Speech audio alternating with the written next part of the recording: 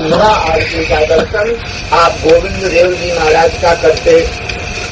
श्री गोविंद चंद्र जी को घोर ही दर्श कर गोविंद देव जी की मंगला करने के बाद केशव श्रृंगार, फिर मथुरा को आप आते, अपना नित्य नियम भजन करते कराते मथुरा में आ जाते। तो मथुरा में केशव देव भगवान विराजते थे, उनका जो है वह श्रृंगार आरती उनकी देखते। श्रृंगार आरती 8 बजे के बाद होती है लगभग।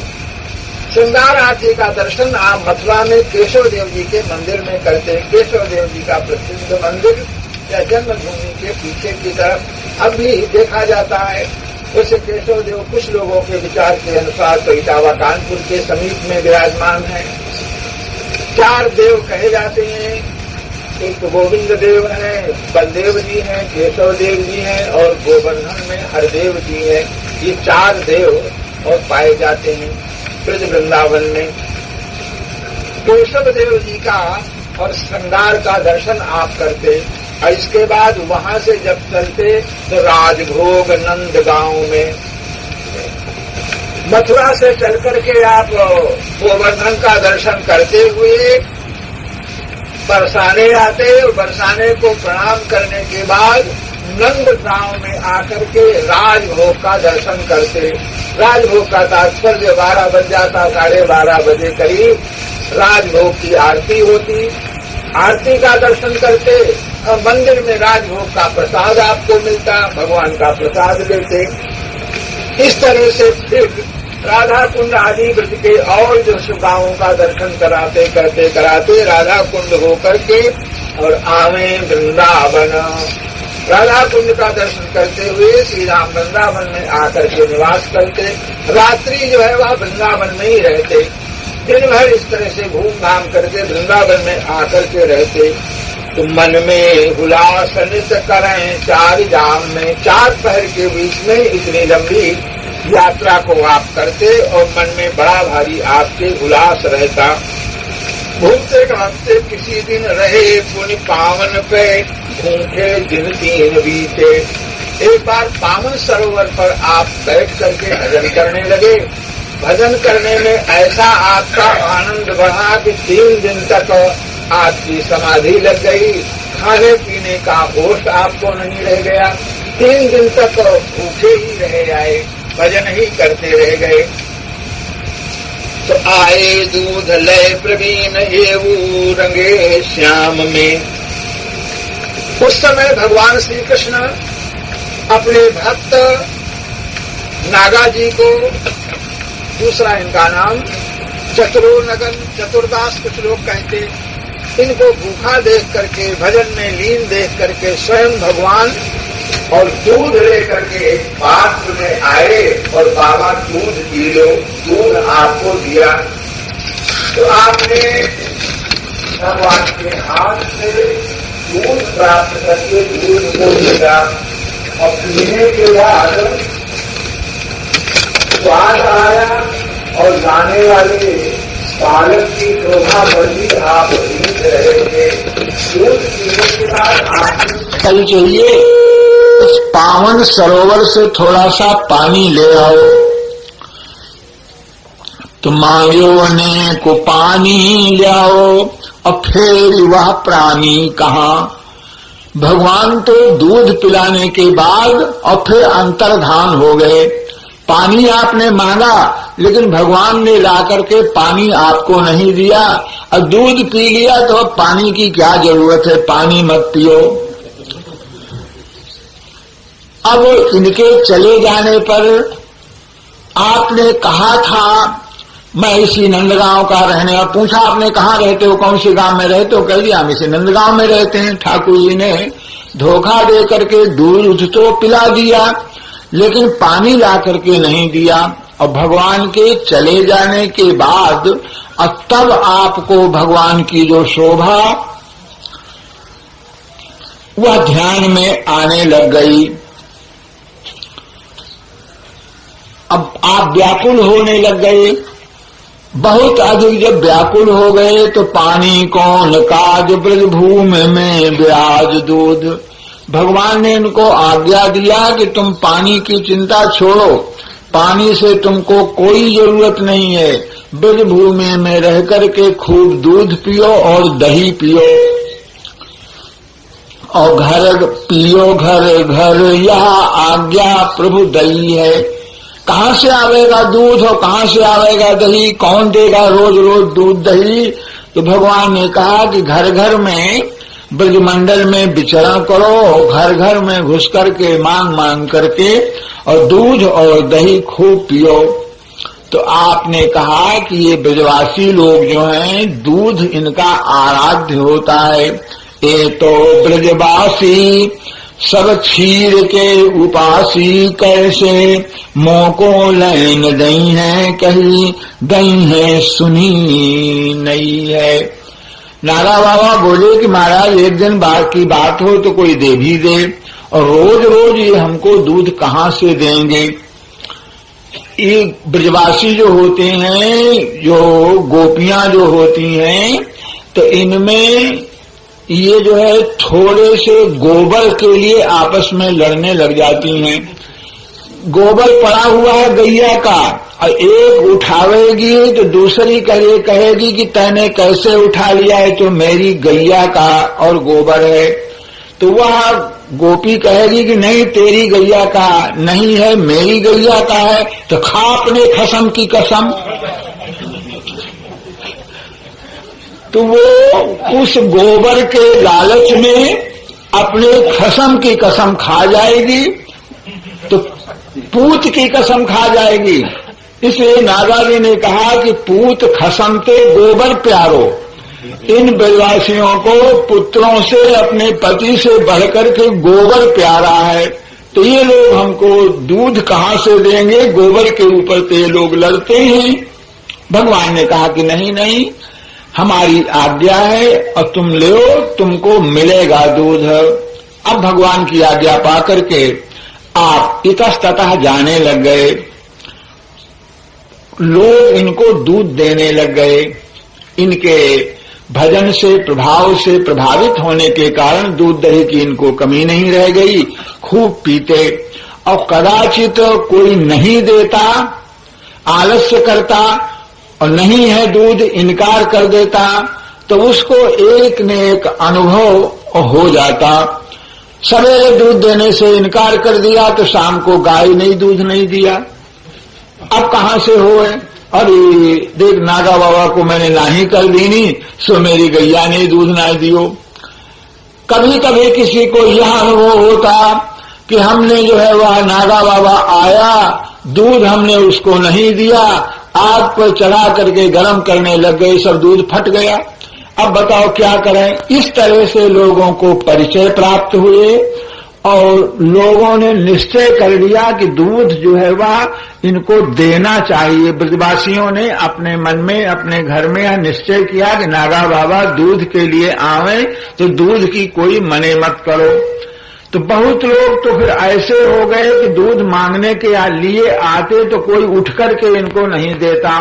अब कह देते क्या तुझको दें, तू ही जाकर के घर के भीतर से ले ले, जितनी इच्छा हो उतना ले लो दूध। तो ये घर में जब घुस जाते तो आधा दूध जो है वह लेते, आधा लेने का नियम। पात्र में जितना रखा हो उसमें से आधा दूध आप ले लेते, आधा दूध। और कभी कभी घर में घुसकर कहते भाई आधा दूध और आधा पूत मेरा है, 2 लड़के तेरे हैं, एक को तो मैं चेला बनाऊंगा। इस तरह आधे दूध आधे पूत पर ब्रजमंडल में अधिकार करके और नागा बाबा भगवान का भजन करते हुए बहुत समय तक बिताया। अनेक इनके चरित्र हैं। नागा बाबा के ही एक ठाकुर जी जो हैं, बिहारी जी हैं, वे भरतपुर रियासत में उनकी सेवा पूजा हो रही है। कदमखंडी नागा जी की है। वृंदावन में आपकी प्रतिष्ठा है और संपूर्ण ब्रजमंडल में एक जो कामवन है, कामवन का दर्शन करने के बाद एक पहाड़ी घाटी को नांग करके जिस कदमखंडी में पहुंचते हैं उस कदमखंडी को नागा जी की कदमखंडी कहा जाता है। उसमें एक सुंदर छोटा सा कुंड है, कदम के बहुत से पेड़ हैं और हींस एक पेड़ होता है जिसमें कटीली झाड़ी होती है। तो उस हिंस के बहुत से झाड़ हैं, बहुत से पेड़ हैं। वहीं पर एक बाबा जी का, महात्मा का स्थान भी है। अब तक वो प्रतिष्ठित है। कदम खंडी के पेड़ों को वहां के ब्रजवासी काटते नहीं हैं। गौएं जो है स्वच्छंद आकर के वहां पर विचरती चरती हैं और गौओं के बैठने का सुंदर स्थान है। कदम खंडी की एक बात जो है वह नागा जी के संबंध में प्रसिद्ध है। नागा बाबा जो है यह भगवान के प्रेम में आकर के कीर्तन करते और कीर्तन करते करते नाचने लग जाया करते थे। जैसा कुछ भक्त का लक्षण लिखा हुआ है कि भक्त कीर्तन करते करते उच्च स्वर से गाता है, नाचने लग जाता है, अपने शरीर का भी उसे होश नहीं रहता है। तो किसी दिन रोज विचरते हुए कीर्तन नाच होता ही था। एक दिन ऐसा संयोग हुआ कि आप जब नाचने लग गए तो नाचते नाचते नाचते नाचते आपकी लंबी लंबी जो जटाएं थीं वो जटाएं हिंस के पेड़ में उलझ गईं, जटाएं फंस गईं और उस समय आपको प्रेम का आवेश आ गया। जटाएं फंस जाने पर, प्रेम का आवेश आ जाने पर आपको मूर्छा आई। आवेश में मूर्छा आ जाने पर बेहोश उस कटीली झाड़ी में ही आप पड़े रहे बहुत देर तक। और इसके बाद फिर जब सावधान हुए, होश आया तो आपकी जटाएं जो है वह अड़झी हुई थी, निकल नहीं रही थी। आपने अनुभव यह किया कि हमारी जटाओं को किसी ने पकड़ लिया है। तो कहने लग गए कि अरे तूने हमको पकड़ क्यों लिया, मेरे केस क्यों पकड़ लिए, छोड़ दे, हमारे केशों को मत पकड़े। केशों को पकड़ लेने से अब मैं एक जगह खड़ी हो गई हूं, मेरे केशों को छोड़ दे और मुझे भगवान श्याम सुंदर को ढूंढ लेने दे। गोपी भाव में निमग्न होने के कारण वो जटाएं नहीं, केश अनुभव हुआ कि मेरे केशों को अब किसी दूसरी गोपी ने पकड़ लिया, अब मैं भगवान को ढूंढने के लिए दौड़ रहा हूं। तो उस गोपी से कहने लग गए, देख मेरे केशों को छोड़ दे और भगवान को ढूंढ लेने दे, मैं भगवान को ढूंढ रही हूं। इस तरह से आवेश में आकर के तरह तरह की बातें कहने लग गए। पुनः आप कीर्तन करने लग गए, गाने लग गए और जटाएं जो उलझी थी वे नहीं खुली। 3 दिन तक आपकी जटाएं उलझी रह गईं और हिंस के पेड़ के पास ही आप खड़े रह गए। उस समय आप गाते कीर्तन करते रह गए। बहुत से ब्रज के बालक, ब्रज की गोपियां आती जाती और नागा बाबा को खड़ा हुआ देखती, समीप में आती, बार बार पूछते कि बाबा कैसे ठाड़ो, तेरी तो जटा उलझ गई, मैं सुलझा दूं। तो आप उनको मने करते कि नहीं नहीं, तुमको सुलझाने की जरूरत नहीं है। तो कौन सुलझावेगा? तो नागा बाबा कहते कि जिसने उलझाया है वही सुलझावेगा। जिसने मेरी जटाओं को उलझा दिया है वह उलझाने वाला ही सुलझावेगा। जही बांधो सोई छोड़े, दूसरा कौन सुलझा सकता है? उलझाने वाला ही सुलझावेगा। आप जो है वह सुलझाने नहीं देते। तो लोगों से पूछते कि मेरी जटाएं उलझ गई हैं, किसने उलझाया? किसी किसी से आप पूछते किसने उलझाया? तो ब्रजवासी बालक कहते कि बाबा अब उलझना और सुलझना तू ही जाने, हम तो तेरी आवाज को सुनकर के जोर से गाता था, कीर्तन करता था, इसलिए हम यहाँ आ गए। और यहाँ आने पर देखा कि तेरी जटाएं जो उलझ रही हैं और तू मतवाला होकर के, बावड़ा शरीके होकर के नाचता है, गाता है और इसी नाचने गाने में तेरी जटाएं फंस गई हैं। और फिर पूछता है किसने उलझाया? अरे हमने उलझाई है का, जाने किसने उलझाई। और उलझाया भी अगर कोई होगा तो उलझाने वाला तुम्हारा कोई दोस्त होगा, तुम्हारा कोई साथी होगा। हमने क्यों उलझाई? इस तरह से ब्रजवासियों से, बालकों से तरह तरह की बातें आप करते। वे बहुत सी गोपियां ग्वाल बाल छाक उनके पास होती, अरे बाबा जी तू भूखो होएगो, कछु खाए ले, तो आप खाते नहीं कुछ। अच्छा तो बाबा तो दूध पीता है, दूध ले आऊं, दूध ला करके देते, लेकिन आपने दूध भी नहीं पिया, कुछ खाया नहीं। 3 दिन तक आप उस झाड़ी में उलझे खड़े ही रह गए। 3 दिन के पश्चात स्वयं भगवान श्री कृष्णचंद्र ने आकर के आपको दर्शन दिया, सामने आकर के खड़े हो गए।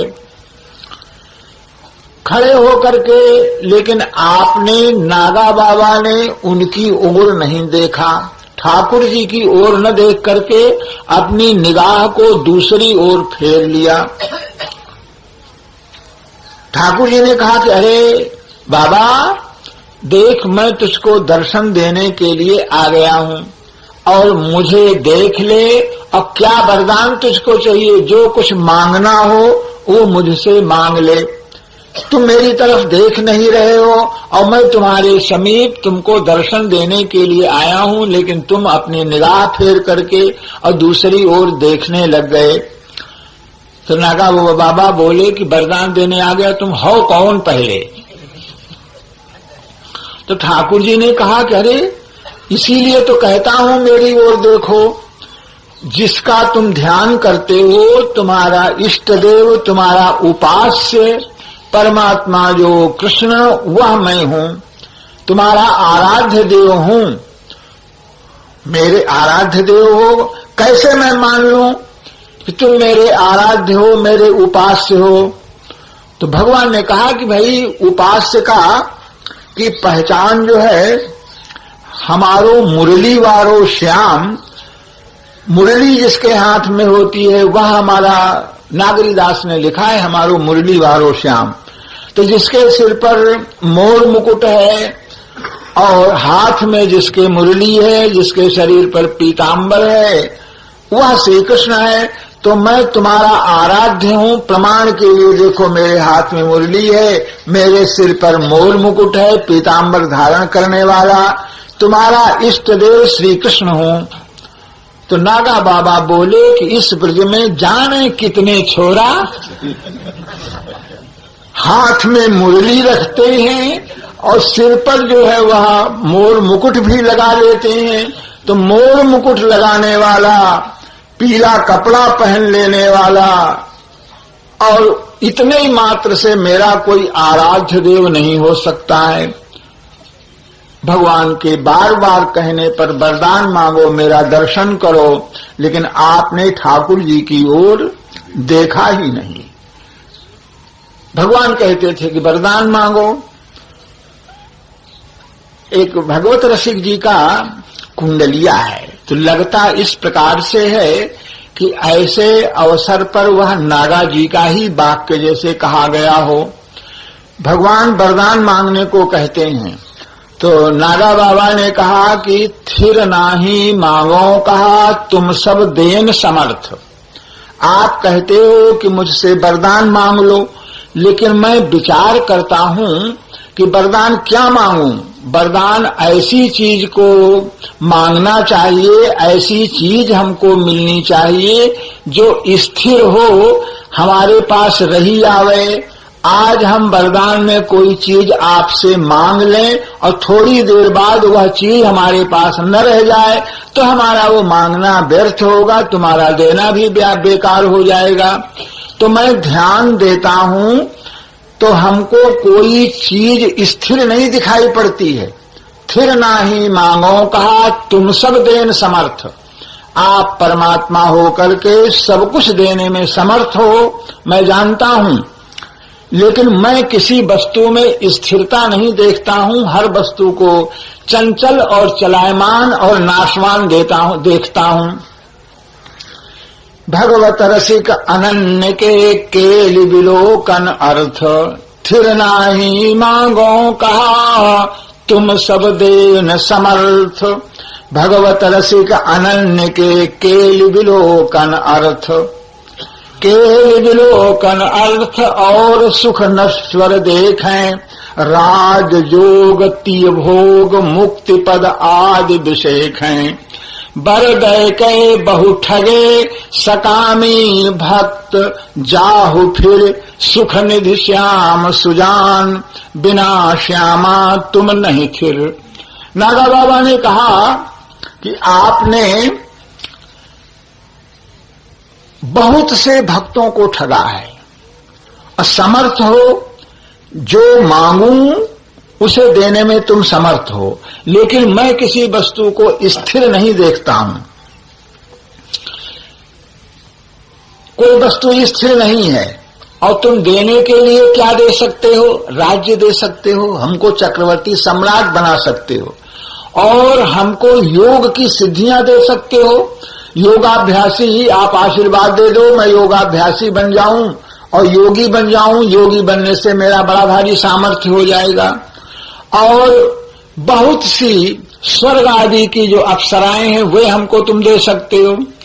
और इससे भी बढ़कर के एक मोक्ष पद है जिसमें कैवल्य मुक्ति हो जाती है, तो तुम वह मोक्ष पद भी हमको दे सकते हो।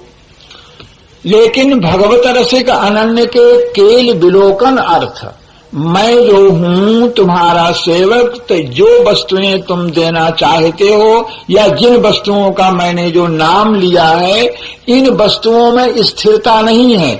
राज्य हो, योग हो, संपत्ति, इनमें कोई स्थिरता नहीं है। और हमारा प्रयोजन तो केवल वृंदावन की कुंज की जो लीला है उसको देखना केवल हमारा प्रयोजन है। लीला में प्रिया प्रियतम का जो विहार है उसका दर्शन होता रहे, मेरी आराधना तो कुंज की क्रीड़ा है। भगवत रसिक अनन्य के केल विलोकन अर्थ, और केल विलोकन अर्थ और सुख नश्वर देखें।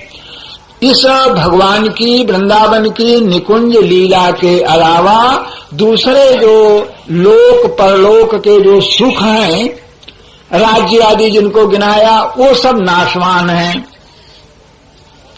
और आपने बर दय के बहु ठगे, वरदान देने के लिए कहते हो और भक्त बेचारा भोला भाला कुछ न कुछ वरदान मांग लेता है। इस तरह से उसे वरदान दे करके सकामी भक्तों को बहुत तुमने ठगा है, और हमको तुम नहीं ठग सकते हो। बर दय के बहु ठगे सकामी भक्त, हमको नहीं ठग सकते हो, इसलिए जाहु फिर, यहां से चले जाओ। तुमसे हमको कुछ मांगना नहीं है, तुम्हारी ओर देखना नहीं है। बर दय के बहु ठगे सकामी भक्त, जाहु फिर। और सुख निधि श्याम सुजान, आप श्याम सुंदर हो, सुख के स्वरूप हो, सुख के निधान हो। लेकिन बात क्या है? बात यह है कि बिना श्यामा तुम नहीं थे। तुम्हारे साथ में किशोरी जी नहीं है, श्यामा जी नहीं है, तो बिना श्यामा जी के तुम स्थिर नहीं हो। तुमको मैं मांग लूं, तुम मेरे बन जाओ, लेकिन मेरे नहीं बन सकते हो क्योंकि तुम्हारे साथ किशोरी जी नहीं है। और यदि किशोरी जी तुम्हारे पास रहती हैं तो उनके समीप तुम स्थिर भाव से रहते हो, तो स्वयं तुम स्थिर नहीं हो तो हमको स्थिर कौन सी वस्तु दे सकते हो? तो बिना किशोरी जी के न तो मैं आपकी ओर देख सकता हूँ, न आपसे कोई वरदान मांग सकता हूँ। अब मेरे समीप से जैसे आए तैसे चले जाओ, कुछ तुमसे लेना देना नहीं है। इस तरह से श्री नागा बाबा ने अपनी जुगुल की उपासना का जो अपना हार्दिक जो भाव था उसको आपने प्रकट किया। तब ठाकुर जी ने झट किशोरी जी का ध्यान किया। किशोरी जी आपके समीप में आ गई।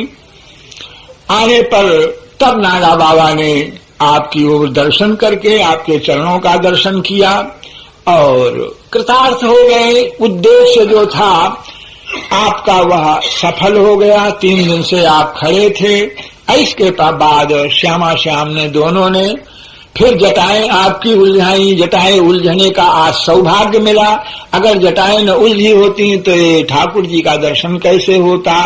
तो नागा बाबा की जटाएं तो उलझ गई थी, उसको सुलझी, लेकिन मन आपका जुगल के स्वरूप में, भगवान के चरणों में सदा सर्वदा के लिए इस प्रकार उलझ गया। भगवान इस प्रकार मन में आकर के व्याप्त हो गए कि फिर निकले नहीं, क्योंकि यहाँ त्रिभंगी छवि है। कोई टेढ़ी वस्तु होती है तो वह जल्दी निकलती नहीं है। सीधी कोई चीज हो, कहीं फंसी हो, झट निकल जाए, लेकिन ठाकुर जो है जिस हृदय में व्याप्त हो जाते हैं फिर निकलते नहीं है। इस तरह से श्री नागा बाबा को, नागा जी की जो कदम खंडी है वहां पर भगवान प्रिया प्रियतम का दर्शन हुआ। कदम खंडी के बाद नीचे चलते चलते बाएं हाथ में पहाड़ में खिसलनी शिला दिखाई पड़ती है। लोग उस पर खिसल करके खेलते हैं। एक नहर सी पड़ती, उसको पार करके ऊंचे गांव में पहुंच जाते हैं। वहां पर ऊंचे गांव में जो कुंड है उसे त्रिवेणी कहते हैं। भक्त नारायण ने वहां पर त्रिवेणी को प्रकट करके दर्शन कराया था और उसी के बाद फिर बरसाने में चले जाते हैं। इस तरह से नागा बाबा का चरित्र स्मरण किया गया।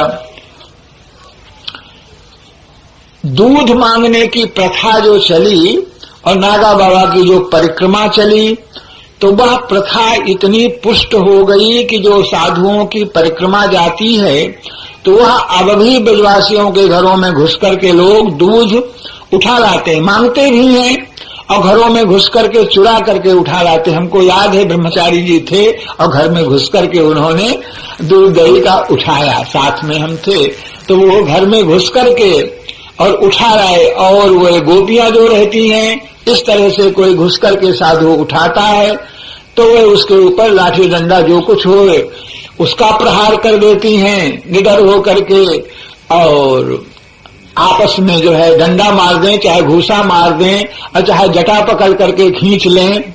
ये सब लीला होती है। और दही और दूध की ये लूटने की जो प्रथा आज तक और प्रचलित है। नागा बाबा ने ये प्रथा जो चलाई, परिक्रमा की और दूध लूटने की 84 कोस में, अब तक वो प्रथा प्रचलित है। नागा बाबा की एक घटना को लोग बताते हैं कि बाबा से लोग विनोद प्रमोद करते। गोपियां बैठी हैं, नागा बाबा दूध के लिए आए। अरे बाबा दूध के लिए तो आ गए, कहाँ धरो दूध दही? मने करती, इनकार करती, दूध दही नहीं है मेरे पास, नहीं है मेरे घर में। और जब कहते झूठ मत बोले, नागा बाबा कहते कि झूठ मत बोले, तो कहती कि मैं झूठ क्यों बोलूं, कहीं मैंने ताला नहीं लगा रखा है। और घर में घुस करके जाओ, जो कुछ रखा हो तो आधो नहीं सबरे ले जाइयो तू, आधो नहीं। इस तरह से वो कहती। नागा बाबा भीतर घुस करके देखते और झट उसकी चालाकी को समझ जाते। चालाकी समझने के बाद क्या करते आप कि बंधे हुए बछड़ों को आप खोल देते। नहीं दूध है तो मैं जाता हूं, कौन तेरा एक घर है, दूसरे घर में देखूंगा, कहीं न कहीं तो मिल ही जाएगा। वहां से चले आते, बछड़े को खोल करके कहते, ओ देख तेरा बछड़ा खुल गया, और देखो गाय को पी रहा है।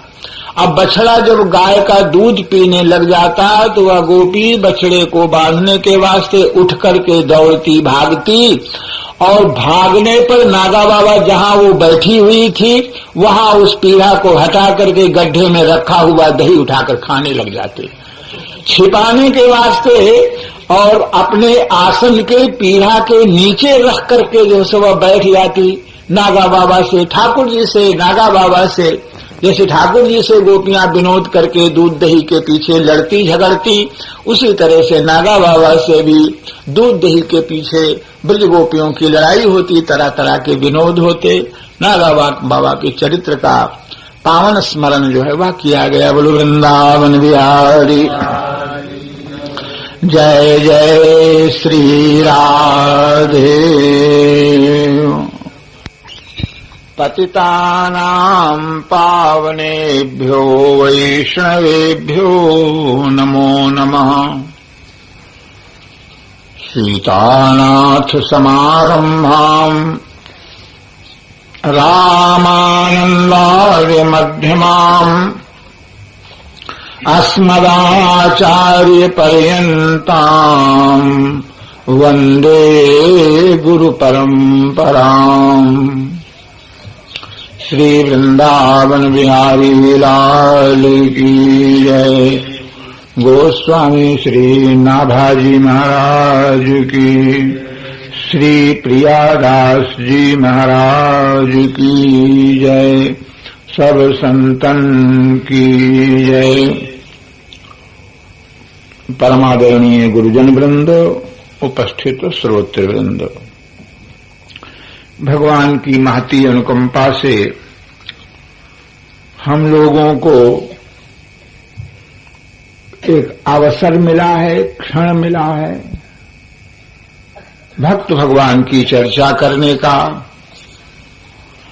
उसी चर्चा के प्रसंग में पूर्वाह्न में हम लोगों ने चतुरा नागा, चतुरो नगन, नागा जी, इन नामों से प्रसिद्ध ब्रज के एक महान संत, उनका चरित्र सुना। ब्रज और उपब्रज, बाहर कहीं दूर आप नहीं गए, भरतपुर तक आपकी लीला सुनाई पड़ती है।